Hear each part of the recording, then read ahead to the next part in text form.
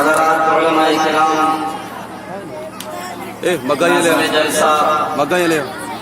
محترم بزرگوں، دینی اور ایمانی بھائیوں اور محترم ماں اور بہنوں،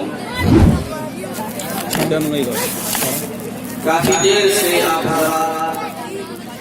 شعراء کرام کے اشعار سے محظوظ ہو رہے تھے اور ایک بڑا ہی پرکیف سما بندھا ہوا تھا اور سبحان اللہ الحمدللہ کے نعرے لگ رہے تھے. بڑا اچھا لگ رہا تھا. دل کر رہا تھا کہ ہمارے اشرف بھائی پڑھتے رہے اور ہم لوگ فجر تک سنتے رہے. ایسا لگ رہا تھا. اور اس سے پہلے بھی آپ ذیشان صاحب نے جو اشعار پیش کیے نہایت عمدہ اشعار تھے اور مجھے تو لگ رہا ہے کہ یہ سب ہمارے ضیاء الدین بھائی کی نظامت کی برکتوں کے دفعے ہیں. ماشاءاللہ یہ سما جو پرکیف نظر آ رہا ہے، بڑی خوبصورت نظامت ہو رہی ہے. اللہ انہیں اور ترقیاں نصیب فرمائے. محترم بزرگوں، اصل مقصد جس کے لیے اس مجلس کا انعقاد کیا گیا ہے اور اس جلسے کا انعقاد رکھا گیا ہے، اس کی طرف تھوڑی دیر کے لیے ہم متوجہ ہوں اور اس کے بعد انشاءاللہ پھر شعراء کرام کے اشعار سے محظوظ ہوں. حضرات، آج امت مسلمہ ہر اعتبار سے ظلم و ستم کا نشانہ بن رہی ہے، چاہے وہ امت مسلمہ بر صغیر ہند و پاک کی ہو اور چاہے وہ امت مسلمہ کسی اسلامی ممالک کی ہو، چاہے وہ شخصی اعتبار سے، اجتماعی اعتبار سے، تنظیمی اعتبار سے، اداری اعتبار سے، بہرحال کلی اعتبار سے آج امت مسلمہ کو ظلم و ستم کا نشانہ بنایا جا رہا ہے. بین الاقوامی سطح پر بھی میرے بزرگوں ہمیں اس کے بارے میں غور کرنا ہے. کیا وجوہات ہیں، کیا وہ اسباب ہیں جن کی وجہ سے آج ہمیں نشانہ بنایا جا رہا ہے؟ وہ قوم جس کے لیے اللہ نے سورج پیدا فرمایا، چاند پیدا فرمایا، زمین و آسمان جس کے لیے اللہ نے مسخر کیا، کائنات بنائی اور سجائی، جس امت کے لیے آج اسی امت پر ظلم ہو رہا ہے، آج اسی امت کو ظلم کا نشانہ بنایا جا رہا ہے. کیا وجوہات ہیں، کیا اسباب ہیں جن کی وجہ سے آج ہمیں ستایا جا رہا ہے، ہمیں طرح طرح کے مسائل سے دوچار کیا جا رہا ہے؟ کیا ہمارے اندر وہ طاقت نہیں، یا ہماری قوم میں وہ لیڈر نہیں، یا ہماری قوم میں اس سطح پہ علماء نہیں، یا اس سطح کے مدارس نہیں جس سطح کے کبھی ہوا کرتے تھے؟ سب کچھ ہے. مدارس بھی ہیں، علماء بھی ہیں، ہمارے لیڈر بھی ہیں، اور اللہ نے اس زمانے سے پہلے اس وقت مان بھی دیا ہے اس امت کو. آخر کیا وجوہات ہیں، کیا وہ اسباب ہیں جن کی وجہ سے ہر سطح پر، ہر موڑ پر، ہر محاذ پر ہمیں کو نشانہ بنایا جا رہا ہے؟ غور کرنے کی بات ہے، ذرا ٹھنڈے دماغ سے سوچنے کی بات ہے. ایک مثال سے میں اپنے بات سمجھانے کی کوشش کروں گا، اللہ کرے آپ حضرات کی سمجھ میں آ جائے.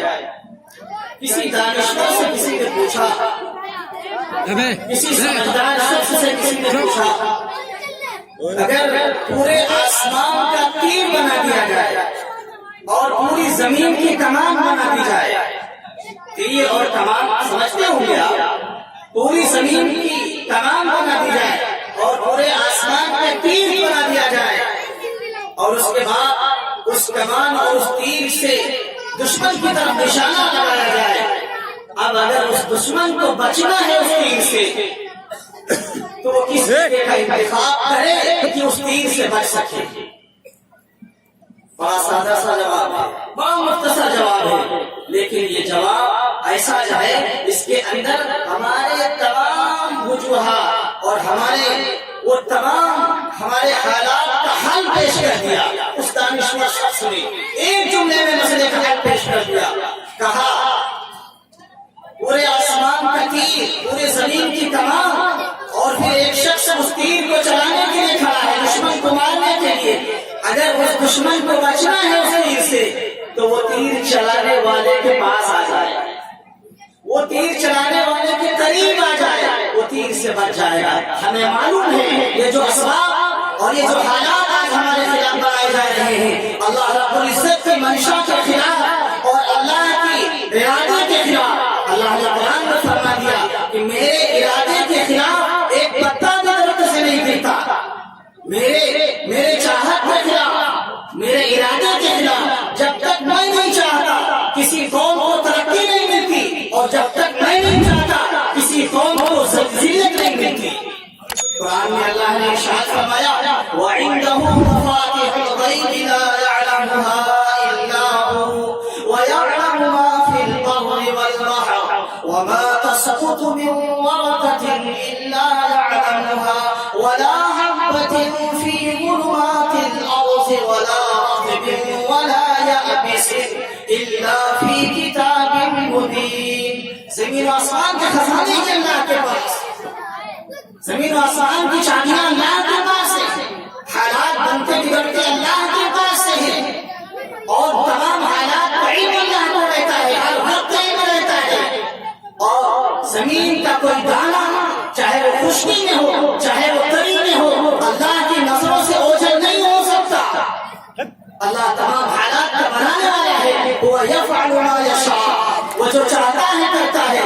اللہ کی نظروں کے سامنے ہو رہا ہے، اس امت پہ جو ظلم ہو رہا ہے یہ اللہ کی نظروں کے سامنے ہو رہا ہے. اللہ دیکھ رہا ہے، اللہ کے قبضے قدرت میں ہو رہا ہے. لیکن اس کے باوجود اور آگے بڑھ کے ہم یہ کہہ لیں کہ اللہ کے ارادے سے ہو رہا ہے. اس امت پہ جو ظلم ہو رہا ہے یہ اللہ کے ارادے سے ہو رہا ہے. کیوں؟ اس لیے کہ ہم نے وہ تعلق جو اللہ سے ہونا چاہیے تھا، یہ تیر جو ظلم کا ہمارے اوپر چلایا جا رہا ہے یہ اللہ کے ارادے اس کے منشے سے ہو رہا ہے. ہم اس تیر چلانے والے سے دور ہٹ گئے، لہذا ان تیروں کا نشانہ بن رہے ہیں. ہمیں یہ چاہیے کہ اسباب بنتے بگڑتے اللہ کی طرف سے ہیں، حالات اللہ کی طرف سے بنائے جاتے ہیں اور بگاڑے بھی اللہ کی طرف سے جاتے ہیں. تمام اسبابوں کا مسبب الاسباب ہے اللہ رب العزت کے ساتھ. ہمیں یہ چاہیے کہ ہمارا جو تعلق اللہ سے ٹوٹ چکا ہے ہم اپنے تعلق کو اللہ سے جوڑنے کی کوشش کریں. فرمایا اللہ رب العزت نے الا ان اولیاء اللہ لا خوف علیہم ولا هم يحزنون. کان کھول کر سن لو، جو اللہ کے دوست ہیں، جنہوں نے اپنا تعلق اللہ سے مضبوط کر لیا، جو اللہ کے دوست بن گئے، جنہوں نے اپنا تعلق اللہ سے جوڑے رکھا، نہ ان پر کوئی غم ہے، نہ کوئی خوف ہے، نہ کسی سے ڈرتے ہیں، نہ گھبراتے ہیں، ان کے دل میں کسی کا خوف نہیں، ان کے حالات آج بھی اچھے ہیں. بس ہم نے اپنا تعلق اللہ سے کمزور کر لیا. آج ہمارے دل میں ڈر بیٹھا ہوا ہے کہ حالات کی حکماں ہمارے خلاف ہیں اور بڑے بڑے حکمراں ہمارے خلاف ہیں، حکومتیں ہمارے خلاف ہیں، پاور والے ہمارے خلاف ہیں، کوئی ہمارے خلاف نہیں ہے. اللہ رب العزت کی طرف سے جب تک حکم نہیں ہوگا کوئی ہمارا بال دیکھا نہیں کر سکتا. یہ تمام حالات اللہ کی طرف سے طے شدہ ہیں. فرمایا رب ذوالجلال نے وما اصابكم من مصیبت فبما كسبت ایدیکم ويعفو عن كثیر.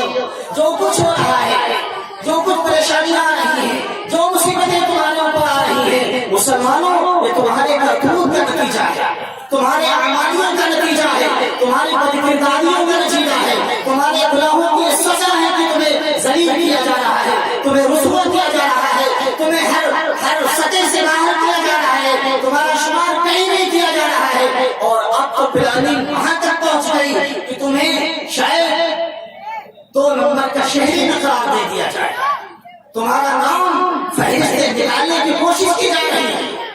یہ سب ہمارے کرتوت کا نتیجہ ہے. رب ذوالجلال نے قرآن میں ارشاد فرما دیا کہ حالات آپ نے خود بنائے، اپنے خلاف جو فرمایا رب ذوالجلال نے حدیث قدسی میں اللہ کے نبی جناب محمد رسول اللہ صلی اللہ علیہ وسلم نے اللہ کی طرف سے حدیث قدسی میں ارشاد فرماتے ہیں، اللہ فرماتا ہے، کیا فرماتا ہے رب ذوالجلال؟ انا مالک الملک، انا